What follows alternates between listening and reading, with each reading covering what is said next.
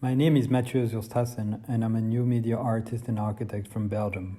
I have quite a diverse practice ranging from building art installations to making games or kinetic artworks.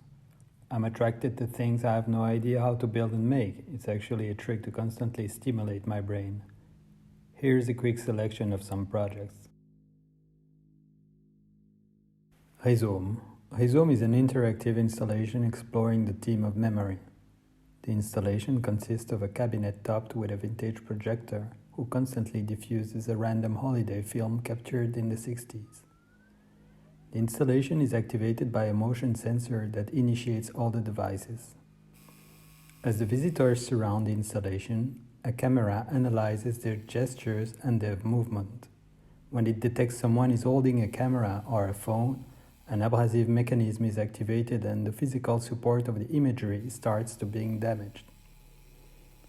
The information present on the film gradually disappears from its original support, but is now transferred to the digital memory of the viewer's recording tools, which in turn can be used for a new narration or the sharing on social networks in order to make this memory survive. The installation can be seen as a discrete and intimate device which addresses the theme of transmission, memory, forgetfulness, and the contemporary ways to transmit and engrave a moment.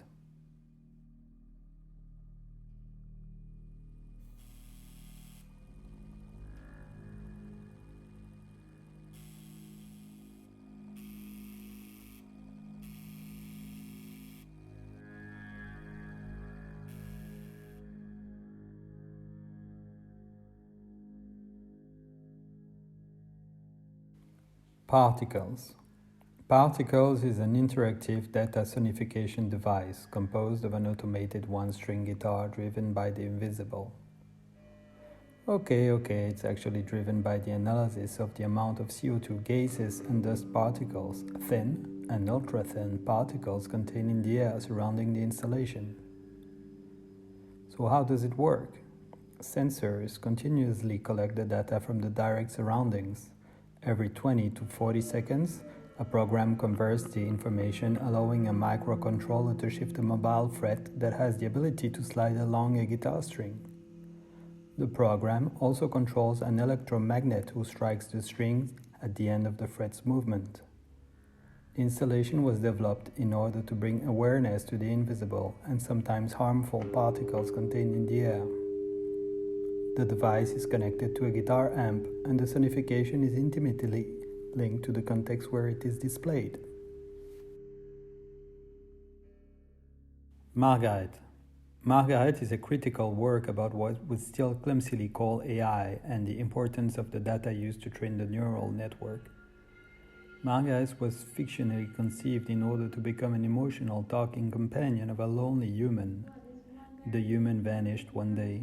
She then decided to create her own emotional support companion. This neural network was fed and trained with 5 or 6 important books. Since Margaret's goal is to create life, all the books she was fed and trained are about the meaning of life in general. One of those texts is actually the meaning of life, which is actually the script of one of Monty Python's movie. It's a bit of an Easter egg, but it points to the fact that an AI struggles detecting an ironic content or a scientific one. The quotes related to this content are often pretty hilarious.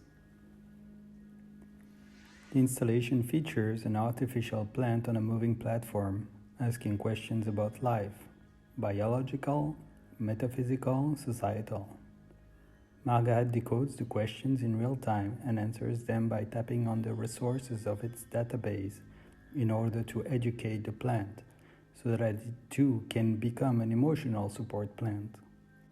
The bottom line of the installation is to question the current status of AI, evoke the possible ability of a neural network to express human-like emotions like loneliness, and furthermore a human psychiatric disorder like schizophrenia.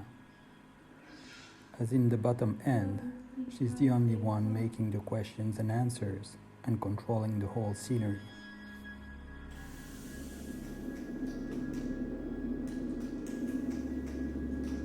Gold, said the old man. Gold, said the girl. Gold, 50 man, let us go. We've been fighting for these places for years. We've even voted. What do we do now? We've lost. No, we survived. What do we do now? We've given them. Homeostasis electromagnetic. It's an older work at the origin of the work we'll discuss tonight. It consists of a double kinetic structure featuring a device similar to that of the metronome, whose main axis is extended by a free pendulum sheltering a sound column. The device evolves at the rate of the K-index data provided by two remote observatories, one Canadian, one Belgian, and illustrates the cycle of a solar storm, also called Aurora Borealis. Sounds and movement evolve gradually through a 20-minute sequence. In the climax of the period, the rhythmic disturbances are accentuated. The structure becomes unstable, the sound is accentuated, and the system tries to maintain its fragile equilibrium. Q8 is the work we'll explore a little deeper tonight. It's a sound and visual installation consisting of a connected device that simulates the light phenomena, as the colored veils present in the night sky at the poles during a strong geomagnetic activity. What are commonly called polar auroras or northern or southern lights. The installation is fed with scientific data coming from 13 observatories spread around the globe at a rate of 1 day per second, and with information evolving from 1932 to the present day. On an ecological and educational level, the installation allows the public to visually see and interpret evolution and the impact of solar winds received by our planet during the last century. It also allows to see the evolution of solar cycles. The geomagnetic activity being essentially influenced by the solar activity. The visualization is completely analog. The unique effect is mechanically obtained with lasers, sound, and a custom UV reactive solution. The sound and the visuals emitted are directly connected to the data. The mechanical interpretation of the data offers the advantage of creating an organic and natural-like simulation. The installation is a great catalyst to evoke natural climatic changes through the last century.